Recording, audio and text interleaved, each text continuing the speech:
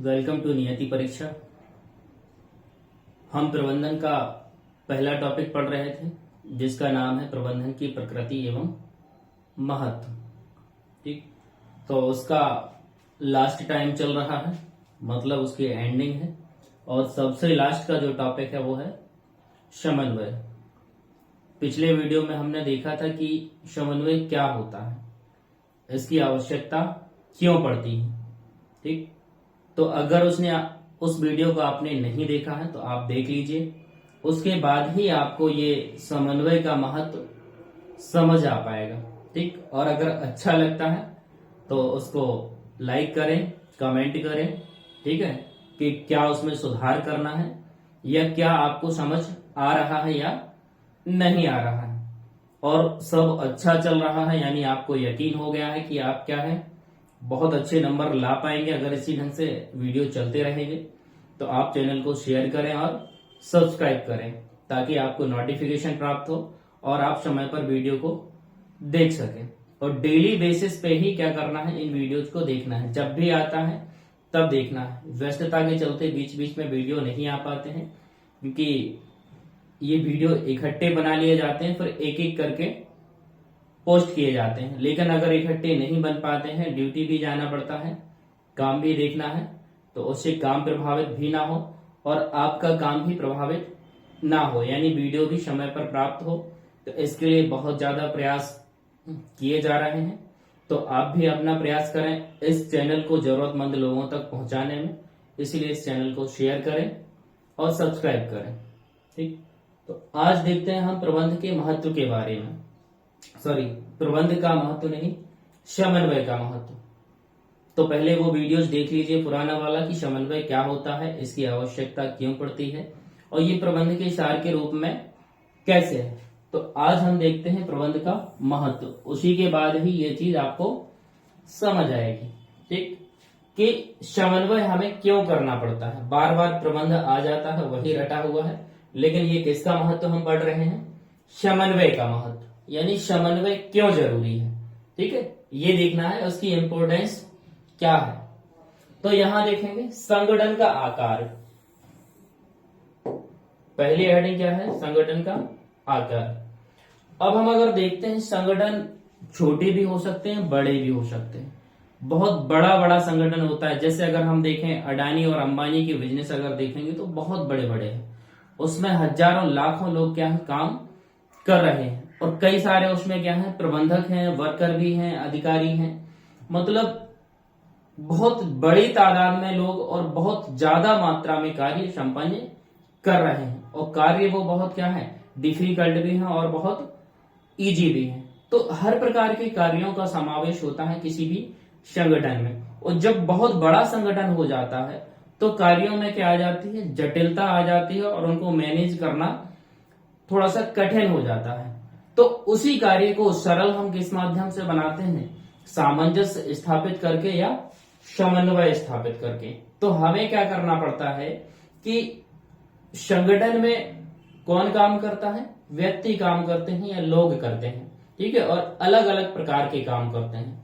तो जब व्यक्ति संगठन में शामिल होता है, जैसे आप अगर परीक्षा दे रहे हैं तो आपको किस संगठन में जाना है, अगर आप पटवारी बनते हैं मतलब राजस्व विभाग में जाएंगे, तो वो भी क्या है एक सरकार का संगठन है। ठीक है, आप सबसे निचली इकाई के रूप में जा रहे हैं, यानी सबसे निचला पद है, मतलब श्रमिक का पद हम कह सकते हैं उसको। और उसको हम नाम कौन सा देते हैं, कर्मचारी नाम देते हैं। ठीक है, तो जो आप जिस पद पे आप जा रहे हैं तो उस पद के कार्यों का आपको क्या करना पड़ेगा, निर्वहन करना पड़ेगा। और अगर आप उस पद का कार्य नहीं करते हैं, जैसे अगर पटवारी स्तर का आपको नियुक्त किया गया है और आप अगर पटवारी का काम नहीं करेंगे तो वो क्या होगा, कार्य प्रभावित होगा। और कार्य किसको प्रभावित करेगा, पूरे संगठन को प्रभावित करेगा।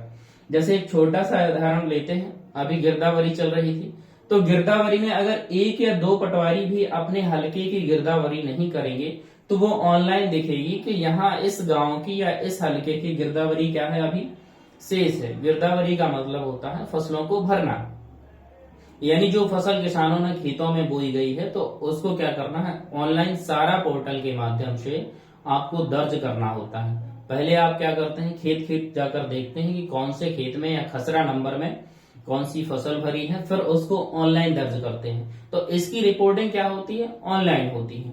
तो इसमें लगभग अभी वर्तमान में 18 से 19,000 पटवारी हैं, कहाँ, पूरे मध्य प्रदेश में। तो जो 18 से 19,000 पटवारी हैं और आप लोग 6,755 पद और आने वाले हैं, मतलब उसकी भर्ती होने वाली है ग्रुप 2 सब ग्रुप 4 के माध्यम से। तो 19,000 6-7,000 और जुड़ जाएंगे, ठीक है। तो ये इनकी संख्या क्या हो जाएगी, और ज्यादा बढ़ जाएगी। जब इतनी बड़ी संख्या का संगठन है तो इनको क्या करना पड़ेगा, हमें मैनेज करना पड़ेगा, यानी प्रबंध करना पड़ेगा, और इनके कार्यों में क्या करना पड़ेगा, समन्वय स्थापित करना पड़ेगा।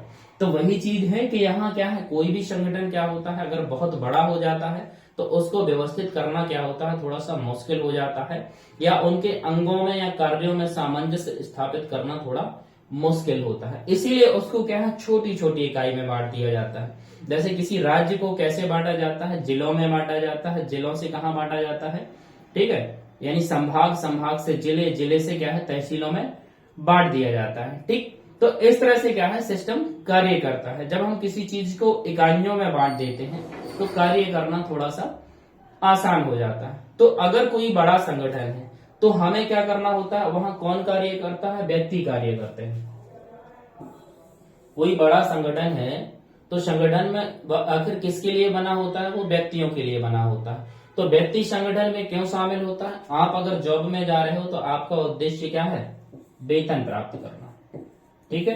यानी आप अगर भर्ती परीक्षा दे रहे हो, ठीक है, तो आपको वेतन चाहिए, यानी रोजगार से मिलेगी। वेतन कहां से मिलेगी, जब आपको रोजगार प्राप्त होगा तब आपको वेतन मिलेगी। यानी आप अपने व्यक्तिगत उद्देश्य के लिए संगठन में शामिल हो रहे हैं।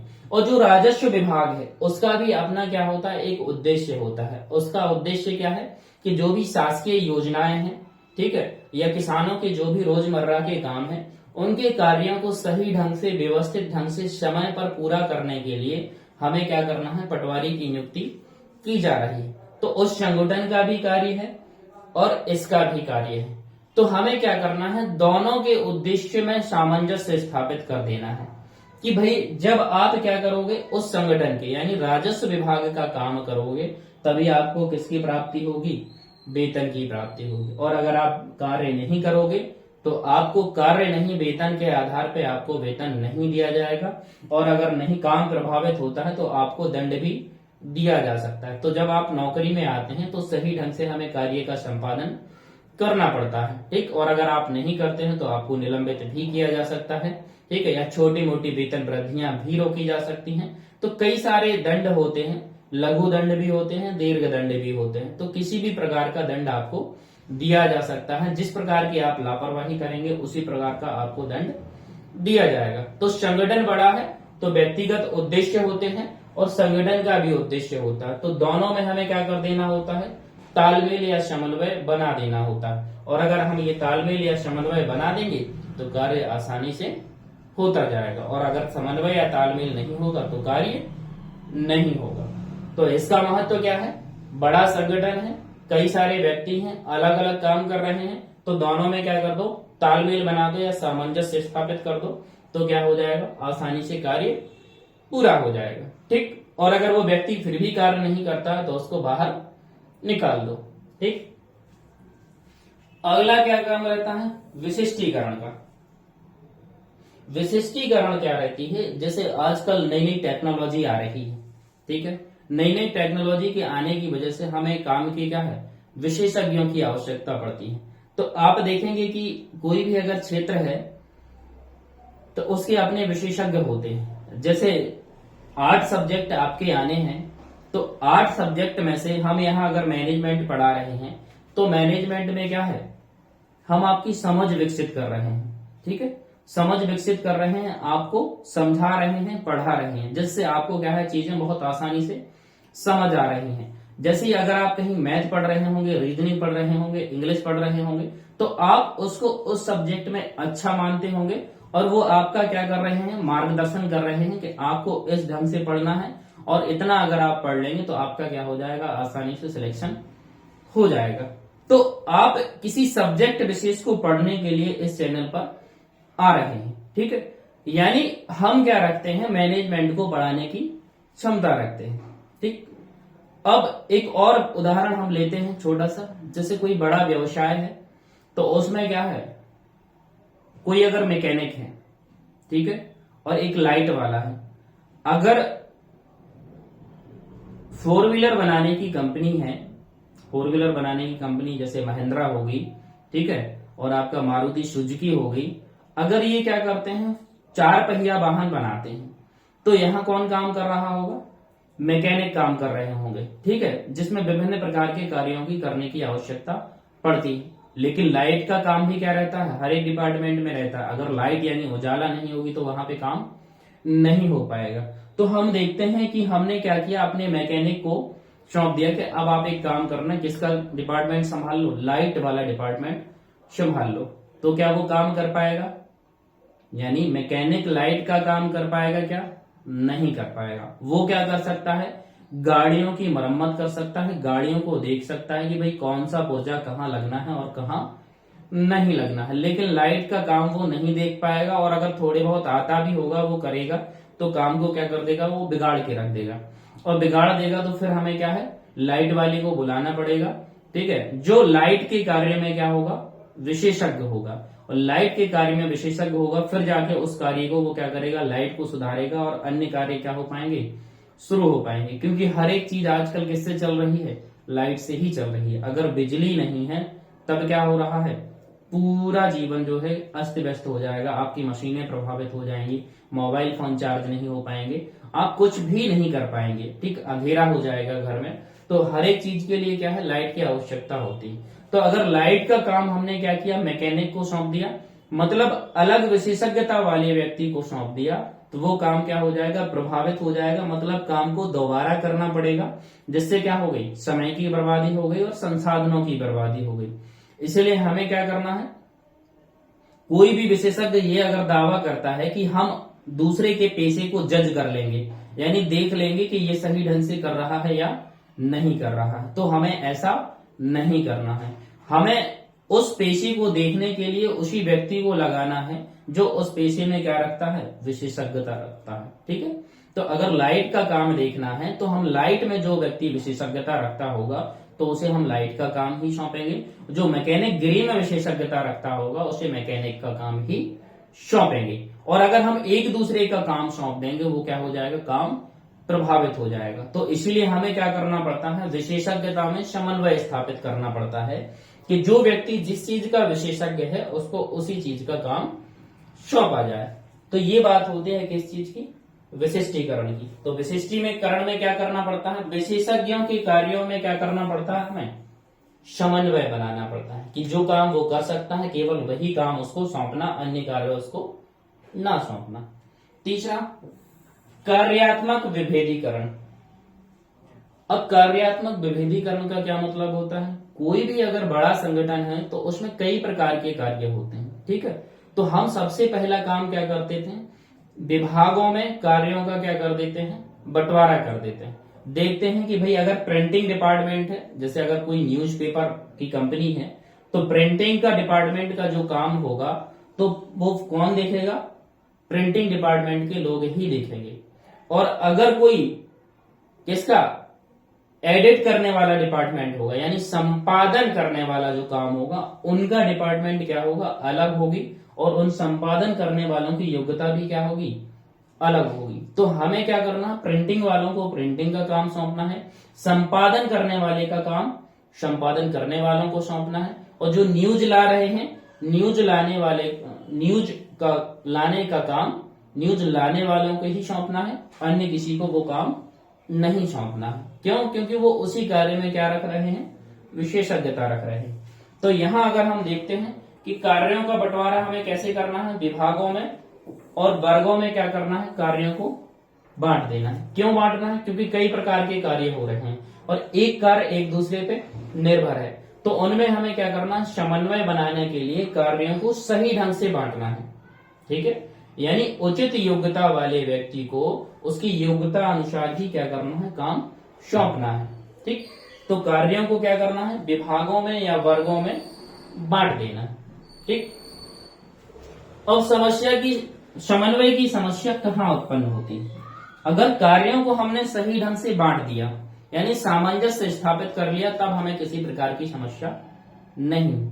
लेकिन हमने क्या किया, कार्य को सही ढंग से नहीं बांटा, कार्यों का वर्गीकरण सही ढंग से नहीं किया। ठीक। या हमने क्या किया, किसी समस्या के समाधान के लिए कोई तर्कसंगत मार्ग न अपना करके अपने अनुभव का मार्ग अपना लिया। ठीक है। हमने क्या किया, अगर कोई समस्या आई है या कोई कार्य आया है तो उसमें हमने क्या है, लॉजिक नहीं लगाया, तर्क नहीं लगाया, हमने सीधे क्या किया, जो हमारे अनुभव रहे हैं पास्ट में हमने उनका अप्लाई कर दिया। ठीक है। लेकिन हमें चीजों को किस ढंग से हमेशा निर्णय कब लेना चाहिए, जब हम क्या है, उस चीज के लॉजिक को समझ सकें, उसके पीछे के तर्क को समझ सकें कि जो हम काम कर रहे हैं तो वो सही दिशा में जा रहा है या नहीं जा रहा है, और किसकी प्रोबेबिलिटी क्या है, बेस्ट है, जो हमें क्या है, बहुत अच्छा परिणाम दे देगी। जैसे अगर हम तैयारी कर रहे हैं तो हमें क्या करना है, अपनी तैयारी का आकलन करना है। तो हमें अगर तैयारी का आकलन करना है तो ऐसा नहीं कि हमने अगर हिंदी पढ़ लिया, ठीक है, या रीजनिंग पढ़ ली, तो हिंदी रीजनिंग बन गई तो हमने देखा कि हमारी तैयारी क्या हो गई, बहुत अच्छी हो गई। तो ये कोई विशेष इसमें लॉजिक नहीं होगा। तो हमें क्या करना, 8 विषयों का अगर हम पेपर देंगे, सॉल्व करेंगे, जब उसमें अच्छे नंबर आएंगे, ठीक है, तभी हम क्या करेंगे, सोचेंगे कि हमारी तैयारी क्या है, अच्छी है। तो इसके पीछे क्या है, लॉजिक हो गया कि हमने 8 चीजों को परखा, यानी 8 विषयों की परीक्षा दी। 1 या 2 विषय की परीक्षा देकर के आप क्या कर सकते हैं, अपनी तैयारी का अंदाजा नहीं लगा सकते हैं। ठीक है। तो आपको क्या करना है, कोई भी अगर समस्या आ रही है या कोई भी कार्य है तो उसमें अनुभव का मार्ग ना अपना के तर्क संगत मार्ग अपनाना है, जो तर्क सही बैठता हो, ठीक है, उसी को अपनाना है। लेकिन अगर हम ये दोनों चीजें नहीं करते, यानी कार्यों का बंटवारा सही ढंग से नहीं करते और तर्क संगत मार्ग ना अपना के कौन सा मार्ग अपनाते हैं, अनुभव का मार्ग अपनाते हैं, तो किस चीज में समस्या होने लगती है, समन्वय करने में समस्या होने लगती है। क्योंकि अगर हमें समस्या करना है तो कार्यों का बंटवारा उचित योग्यता के अनुसार उचित व्यक्ति को करना पड़ेगा और या उचित विभाग में करना पड़ेगा। ऐसे नहीं कि अगर प्रिंटिंग डिपार्टमेंट का काम अगर हम किसको सौंप देंगे, एडिट करने वाले को या संपादन करने वाले को सौंप देंगे, तो उसे तो ज्ञान ही नहीं है कि हमें मशीन का संचालन कैसे करना है। तो हमें क्या करना है, सही विभाग को सही कार्य सौंपना है और सही व्यक्ति को सही कार्य सौंपना है। और समस्याओं के निवारण के लिए हमें क्या करना है, अनुभव का मार्ग ना अपना के किसका मार्ग अपनाना है, तर्क संगत मार्ग अपनाना है। ठीक। उसके बाद तो समस्या समन्वय की कहाँ उत्पन्न हो रही है, जब हम क्या करते हैं, कार्यों का बंटवारा सही नहीं करते हैं या क्या करते हैं, अपने अनुभव का मार्ग अपना लेते हैं, तर्क संगत मार्ग नहीं अपनाते हैं। ठीक। तो हमें क्या करना है, अगर संगठन के उद्देश्यों को कैसे प्राप्त करना है, प्रभावी ढंग से प्राप्त करना है, मतलब समय पर प्राप्त करना है और गुणवत्ता के साथ प्राप्त करना है, तो हमें क्या करना पड़ेगा, समन्वय करना पड़ेगा। बिना समन्वय के हम किसी भी संगठन के उद्देश्य को प्रभावी ढंग से या कुशलता पूर्वक या दक्षता के साथ प्राप्त नहीं कर सकते हैं। तो अगर हमें किसी संगठन के उद्देश्य को प्राप्त करना है तो क्या करना पड़ेगा, हमें कुशलता लानी पड़ेगी, मतलब न्यूनतम साधनों के उपयोग के साथ क्या करना पड़ेगा, कार्य का संपादन करना पड़ेगा और कार्य को प्रभावपूर्ण ढंग से करना पड़ेगा, मतलब समय से करना पड़ेगा। ठीक है। और उन कार्यों को समय से या प्रभावपूर्ण। अब इसीलिए हमें क्या करना है, समन्वय क्यों आवश्यक होता है, समन्वय आवश्यक होता है कार्यों को व्यवस्थित ढंग से करने के लिए। ठीक। तो किसी भी संगठन के अगर हमें उद्देश्य को प्राप्त करना है, कैसे प्राप्त करना है, प्रभावी ढंग से प्राप्त करने के लिए क्या आवश्यक है, समन्वय आवश्यक। ठीक। ये पॉइंट क्लियर हुआ। और यहां हमने देखा कि समन्वय की समस्या कहाँ उत्पन्न हो गई थी, कहाँ उत्पन्न हुई थी, जब हमने क्या है, कार्यों को सही ढंग से नहीं बांटा था। दूसरा, या हमने तर्क संगत मार्ग ना अपना के अनुभव का मार्ग अपनाया था। किस चीज में अपनाया था, समस्या के समाधान के लिए या कार्यों को पूरा करने के लिए। तो इसीलिए हमें क्या करना है, कार्यों का बंटवारा सही ढंग से करना है, उचित व्यक्ति को उचित कार्य सौंपना है। ठीक है। और उसके बाद समस्या समाधान में तर्क संगत मार्ग को अपनाना है। तब हमें क्या है, समन्वय करना आसान हो जाएगा या सामंजस्य स्थापित करना आसान हो जाएगा। ठीक, ये समन्वय का महत्व आपका पूरा हो चुका है। अब हम यहाँ एक टैगलाइन लिखी हुई है, प्रत्येक कार्य समन्वय का अभ्यास है। यानी कोई भी अगर हम काम कर रहे हैं, इसका मतलब क्या कर रहे हैं, समन्वय कर रहे हैं। तो हम क्यों, क्योंकि अब अगर हम आप तैयारी कर रहे हैं आप 8 विषयों की, तो एक के बाद आप क्या करते हैं, दूसरा विषय तैयार करेंगे, दूसरे के बाद तीसरा करेंगे, तीसरे के बाद चौथा करेंगे। तो जो ये तैयारी चल रही है आपके प्रत्येक विषय की, ये भी क्या है, समन्वय है। किस चीज में समन्वय है, आपके कार्य में। आप कौन सा कार्य कर रहे हैं, तैयारी करने का काम कर रहे हैं, जिसके लिए आपको क्या करना है, 8 विषयों की तैयारी करनी है। तो आपने तय किया है कि एक विषय के बाद दूसरा, दूसरे के बाद तीसरा, या लगातार 2 या लगातार 3। तो आप कोई भी काम कर रहे हैं, इसका मतलब आप क्या कर रहे हैं, अपनी तैयारी में 8 विषयों का क्या कर रहे हैं, समन्वय कर रहे हैं। तो यहां लिखा हुआ है कि प्रत्येक कार्य किसका अभ्यास है, समन्वय का अभ्यास है। ठीक, एक लाइन और यहां लिखी हुई है, बहुत महत्वपूर्ण है, इसको देखते हैं। प्रबंधक, समन्वय मुख्यतः किसको करना पड़ता है, प्रबंधक को करना पड़ता है। प्रबंधक नियोजन, संगठन, नियुक्तिकरण, निर्देशन, नियंत्रण कार्यों को करते हुए समन्वय करने का प्रयास करता है। ठीक, यानी जो प्रबंधक है उसे कौन कौन से कार्य करने पड़ते हैं, उसको करना पड़ता है नियोजन, यानी सबसे पहले प्लान बनाएगा। उसके बाद क्या करना पड़ता है, उसको संगठन खड़ा करना पड़ता है, संगठन। उसके बाद नियुक्तिकरण, उसके बाद निर्देशन और नियंत्रण। जब ये काम करता है पूरे सिस्टमैटिक एक एक करके, इसका मतलब वो क्या करने का प्रयास कर रहा है, इनमें समन्वय बनाने का प्रयास कर रहा है या सामंजस्य स्थापित करने का काम कर रहा है। अगर नियोजन नहीं हो पाएगा किसी चीज का, तो संगठन खड़ा नहीं होगा, संगठन खड़ा नहीं होगा तो उसमें लोगों की नियुक्ति नहीं होगी, नियुक्ति नहीं होगी तो निर्देशन नहीं कर पाएंगे, और निर्देशन नहीं करेंगे तो नियंत्रण नहीं हो पाएगा। ठीक, तो यहां पे आपका क्या है, समन्वय का महत्व समाप्त हो गया है। अब समन्वय में 2 वर्ड आते हैं, यानी इनमें कभी कभार क्या हो जाता है, हमें कंफ्यूजन हो जाता है। कौन कौन सा, समन्वय और सहकारिता। ठीक है, तो समन्वय क्या होती है और सहकारिता क्या होती है, इनमें थोड़े से अंतर को समझना है, बहुत महत्वपूर्ण है। और इनसे लेकर के क्वेश्चन आ सकता है कि समन्वय सहकारिता से अलग है या नहीं है, और अलग है तो कैसे। 4 आपको ऑप्शन दे देगा, ठीक है, फिर उसमें से आपको क्या करना पड़ेगा, टिक करना पड़ेगा। तो यहाँ क्या है, देखो, समन्वय या सहकारिता दोनों का जो उद्देश्य रहता है वो क्या रहता है, समान। ठीक है, चाहे समन्वय हो या सहकारिता हो, दोनों किस चीज के लिए करे जाते हैं, किसी ना किसी उद्देश्य प्राप्ति के लिए किए जाते हैं। ठीक है, तो अगर हम किसी चीज में समन्वय कर रहे हैं या सामंजस्य स्थापित कर रहे हैं या सहकारिता कर रहे हैं, तो इसका मतलब क्या है, हम किसी विशेष उद्देश्य की पूर्ति के लिए ये कार्य कर रहे हैं। जैसे अगर आप तैयारी कर रहे हैं तो आपकी तैयारी का उद्देश्य क्या है, पेपर में सिलेक्शन।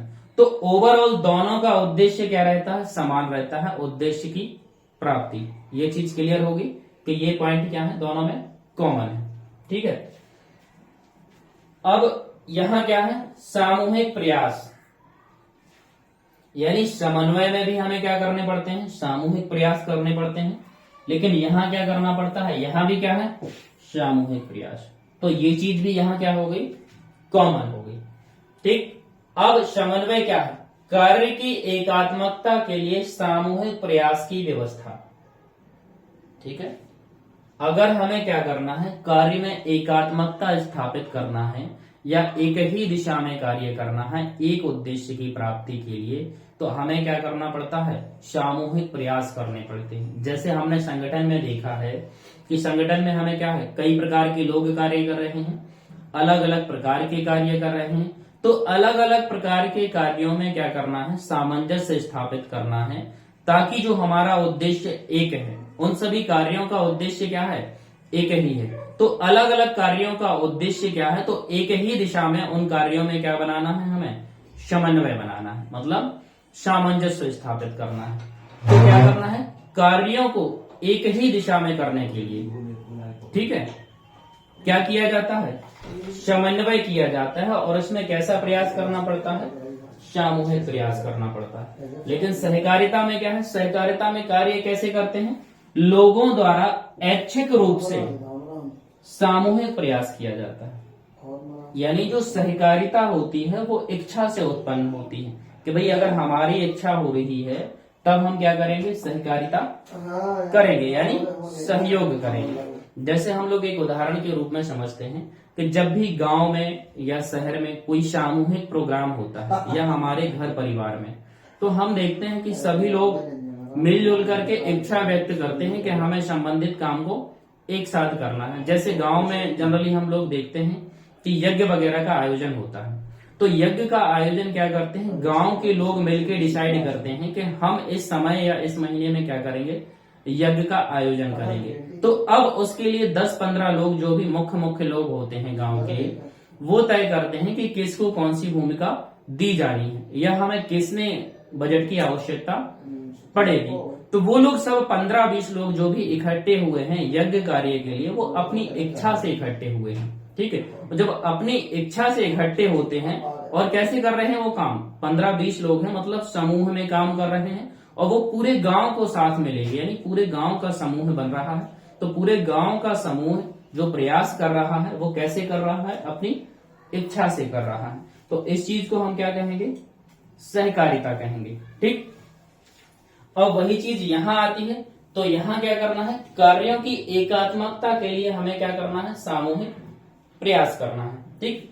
और यहाँ समन्वय या सामंजस्य कौन बैठाता है, यहाँ कौन बैठाएगा, उच्च प्रबंधक क्या करता है, मध्य को कार्य सौंपता है, मध्य प्रबंधक निम्न को कार्य सौंपता है और निम्न प्रबंधक कार्य कराता है श्रमिकों से।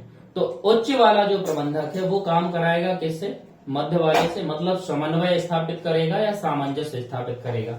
वो कोई ऐसी योजना नहीं बनाएगा या ऐसी नीतियां या लक्ष्य निर्धारित नहीं करेगा जो उसका संगठन पूरा नहीं कर सकता। यानी अगर मध्य वाले और निम्न वाले वो काम नहीं कर सकते हैं तो इस तरह का वो क्या है, योजना नहीं बनाएगा। तो उच्च स्तर का प्रबंधक उसी प्रकार की योजना बनाएगा जो उसके संगठन में कार्य क्या हो सके, संपन्न हो सके। तो उसके लिए क्या करता है, वो मध्य वाले से समन्वय करता है या सामंजस्य स्थापित करता है। मध्य वाला किससे सामंजस्य स्थापित करता है, ऊपर वाले से स्थापित करता है। क्यों, क्योंकि ऊपर वाले ने योजनाएं बताई हैं, उद्देश्य बताया है, और मध्य वाला को किससे काम कराना है, निम्न वाले से काम कराना है। इसीलिए जो मध्य वाला प्रबंधक है ऊपर वाले से भी समन्वय स्थापित करेगा और नीचे वाले से स्थापित करेगा। और जो निम्न वाला प्रबंधक है वो क्या करेगा, निम्न स्तर का प्रबंधक मध्य स्तर वाले से भी क्या करेगा, समन्वय स्थापित करेगा। और निम्न स्तर जो उसके नीचे श्रमिक कार्य कर रहे हैं उनसे भी क्या करेगा, वो सामंजस्य स्थापित करेगा, ठीक। तो समन्वय किसके द्वारा उत्पन्न होता है, उच्च प्रबंधक के द्वारा उत्पन्न होता है। यानी सबसे पहले जो शुरुआत होती है वो कहां से होती है, उच्च प्रबंध के द्वारा। क्यों, क्योंकि वो योजनाएं बनाता है, फिर नीचे वालों को सौंपता है, नीचे वाले और नीचे वाले को सौंपते हैं, ठीक। और ये इच्छा से नहीं उत्पन्न होता है, यानी जो समन्वय या सामंजस्य है अपनी इच्छा से उत्पन्न नहीं होता है, ठीक है। लेकिन इसमें क्या रहता है, जो उच्च प्रबंधक योजनाएं तय करता है तो उसमें क्या कर देता है, समय निर्धारित करता है, मात्रा निर्धारित करता है कि इतने समय में हमें इतनी मात्रा का उत्पादन करना है, और उस कार्य के लिए वो क्या करता है, निर्देशन करता है। यानी उच्च वाला निर्देशन करेगा किसका, मध्य वाले का, मध्य वाला निर्देशन करेगा किसका, निम्न वाले का, और निम्न वाला जो निर्देशन करेगा उसका कर्मचारियों का, ठीक है। तो समन्वय में कौन कौन से तत्व शामिल होते हैं, यहाँ जो भी काम हो रहा है, सामूहिक प्रयास जो भी हो रहा है वो लोगों की इच्छा से हो रहा है, लेकिन यहाँ कार्य इच्छा से नहीं हो रहा है। यहाँ किसकी इच्छा से हो रहा है, प्रबंधक की इच्छा से हो रहा है, और वो दूसरों से क्या करवा रहा है, समन्वय करवा रहा है, ठीक। और इसमें क्या है, समय, मात्रा और निर्देशन के तत्व क्या होते हैं, शामिल होते हैं। लेकिन यहाँ ये चीज नहीं होती है, यहाँ पूरा का पूरा काम कैसे चलता है, इच्छा से चलता है, ठीक। लेकिन यहाँ भी आपकी इच्छा चलती है। यहाँ इच्छा कैसे चलेगी, जैसे आप पेपर दे रहे हैं, ठीक है, तो यहाँ आपकी इच्छा है कि हम पटवारी बनना चाहते हैं, तो यहाँ आप अपनी इच्छा से रोजगार के लिए, वेतन प्राप्ति के लिए क्या कर रहे हैं, पटवारी पद की तैयारी कर रहे हैं, और आप पटवारी में क्या हो जाएंगे, सिलेक्ट हो जाएंगे, तो पटवारी पद के दायित्वों का क्या करेंगे, निर्वहन करेंगे। तो यहाँ तक आपकी इच्छा थी कि हम कहाँ जाना चाहते हैं, अगर हम एग्जाम निकाल लेंगे तो पटवारी बन जाएंगे, और जब आप पटवारी बन जाएंगे तो यहाँ से आपकी इच्छा क्या होती है, समाप्त हो जाती है। ठीक है, यहां से आपकी इच्छा समाप्त हो जाएगी, और जो आपके ऊपर बैठे हुए हैं, कौन बैठा है, तहसीलदार बैठे हैं, एसडीएम बैठे हैं, कलेक्टर बैठे हैं, ठीक है, आपके कमिश्नर बैठे हैं, मुख्य सचिव बैठे हैं, तो जो भी शासन की योजनाएं होंगी, जैसे कोई भी काम आता है, पीएम किसान निधि का आया या सीएम किसान निधि का आया, तो इसमें क्या होगा, अगर उन्होंने योजनाएं चलाई हैं तो हमें क्या करना पड़ेगा, पटवारी को उनका अमल करना पड़ेगा, यानी लोगों को उनका लाभ दिलाना पड़ेगा। अगर आप वो काम नहीं करते हैं तब आपको क्या दिया जाएगा, दंड दिया जाएगा, या तो आपकी वेतन काट ली जाएगी या आपको निलंबित कर दिया जाएगा। तो यहाँ क्या है, फिर प्रबंधक का रोल आ जाता है। उदाहरण के रूप में हमने बताया था कि अगर एक जिले की बात हम करते हैं तो जिले में बॉस कौन होता है, कलेक्टर होता है। कलेक्टर क्या हो गया, उच्च स्तर का प्रबंधक हो गया, उसने निर्देश किसको दिए, एसडीएम को दिए, यानी मध्य स्तर के प्रबंधक को, और मध्य स्तर के प्रबंधक एसडीएम ने किसको निर्देश दिए, तहसीलदार और नायब तहसीलदार को दिए, तो वो क्या हो गए, निम्न स्तर के प्रबंधक हो गए। और निम्न स्तर का प्रबंधक किसको कार्य सौंपेगा, पटवारी को या कर्मचारी को काम सौंपेगा। तो एक दूसरे से ये क्या कर रहे हैं, तालमेल बनाए हुए हैं। तो ऊपर से जो काम आया तो वो कर्मचारी को करना ही पड़ेगा, और अगर वो नहीं करता है तो उसे क्या होगी, दंड की प्राप्ति होगी, निलंबन होगा, या वेतन वृद्धियां रोकेंगी, या अन्य कोई सजा मिलेगी। ठीक, तो हमें क्या करना, हमारी इच्छा कहां तक है, जब हम संगठन में शामिल होते हैं। तो संगठन में शामिल होते हैं जब तक, और संगठन में जब शामिल हो गए तो वो जो हमें कार्य सौंपेगा तो वो हमें काम करना ही पड़ेगा। तो इसका मतलब क्या हुआ, जो हमारी इच्छा थी संगठन में शामिल होने की, वो कहां आ गई, यहां आ गई। तो इसका मतलब क्या हो गया, समन्वय में क्या शामिल होता है, सहकारिता शामिल होती है। क्यों, क्योंकि संगठन में शामिल होने तक आपकी इच्छा है। ठीक, तो संगठन में शामिल होने तक आपकी इच्छा है, आपने सहमति व्यक्त की कि हम अगर इस नौकरी में आएंगे तो उस पद के जो दायित्व होंगे या कार्य होंगे उनका क्या करेंगे, हम निर्वहन करेंगे। तो इसका मतलब आप अपनी इच्छा से कहां आए हो, संगठन में आए हो। तो वही चीज हो गई कि कोई भी काम अगर हम इच्छा से करते हैं, मतलब क्या, वो क्या कहलाती है, सहकारिता कहलाती। तो इच्छा से संगठन में आए हैं तो इसका मतलब सहकारिता कहां होगी, समन्वय के अंदर होगी। और जब हम संगठन में शामिल हो गए तो फिर हमें जो उच्च प्रबंधन या मध्य प्रबंधन या निम्न स्तर के जो प्रबंधक हमसे कार्य करवाएंगे वो काम हमें पूरे करने पड़ेंगे, और उन कार्यों में क्या करना पड़ेगा, हमें सामंजस्य स्थापित करना पड़ेगा। तो ये बात क्लियर हुई कि समन्वय क्या है, सहकारिता क्या है। तो सहकारिता क्या होती है, आपकी इच्छा होती है।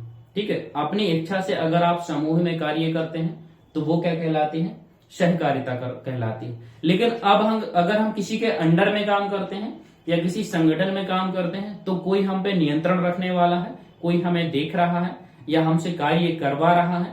तो अगर हमारे ऊपर कोई कार्य करवाने वाला है तो वो क्या कहलाता है, एक संगठन बन जाता है।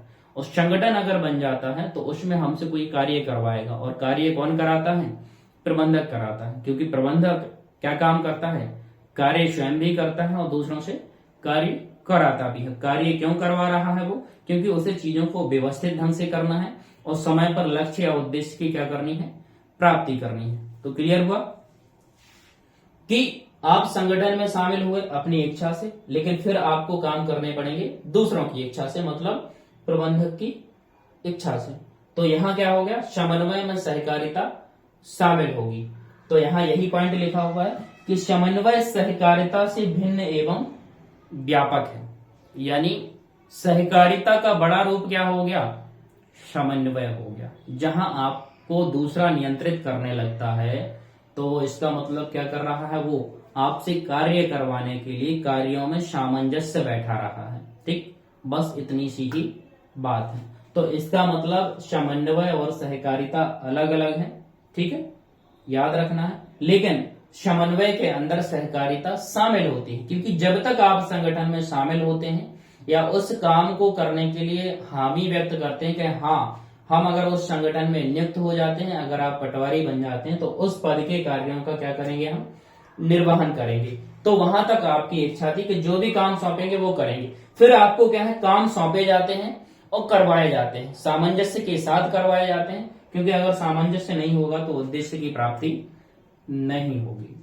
तो यहां आपको ये क्लियर हो गया होगा कि समन्वय और सहकारिता क्या होती है।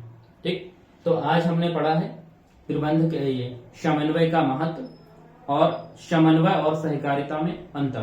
कि सहकारिता क्या है, अपनी इच्छा से कार्य को करना, और यहाँ क्या है, दूसरों की इच्छा से कार्य को करना। तो अपनी इच्छा यहाँ कब तक चलेगी समन्वय में, ठीक है, जब हम उस कार्य को हामी भर देते हैं कार्य को करने के लिए। ठीक, तो आशा करते हैं कि आपको ये वीडियो अच्छा लगा होगा, समझ आया होगा। अगर अच्छा लगा है, समझ आया है, तो आप इसको कमेंट में जरूर बताएं कि आपको कैसा लगा, कहाँ आपको समझ नहीं आया है, तो हम प्रयास करेंगे चीजों को और बेहतर करने का। ठीक, और इस वीडियो को ज्यादा से ज्यादा लोगों तक पहुंचाएं ताकि उनकी तैयारी भी क्या हो सके, बेहतर हो सके। और सब्सक्राइब अवश्य करें ताकि आपको नोटिफिकेशन प्राप्त हो सके। और अगर कोई भी समस्या हो रही है आपको समझने में, पढ़ने में, ठीक है, तो आप कमेंट करके बताइएगा कि हमें किस सब्जेक्ट को पढ़ने में समस्या हो रही है, तो हम आपको बहुत बेस्ट तरीका बताएंगे आप किस ढंग से उस सब्जेक्ट का क्या कर सकते हैं, प्रबंधन। क्योंकि हम आपको क्या है, प्रबंधन अगर पढ़ा रहे हैं तो हमारा दायित्व बनता है कि हम आपके 8 विषयों का पूरा क्या करवाएं, प्रबंधन करवाएं या मैनेज करवाएं कि कैसे हम 2 महीने में इस तैयारी को पूरा कर सकते हैं, अपने सिलेबस को समाप्त कर सकते हैं। ठीक, तो कमेंट में जरूर बताइएगा, अपनी राय दीजिएगा कि ये वीडियो कैसे चल रहे हैं। मिलते हैं नेक्स्ट वीडियो के साथ। धन्यवाद।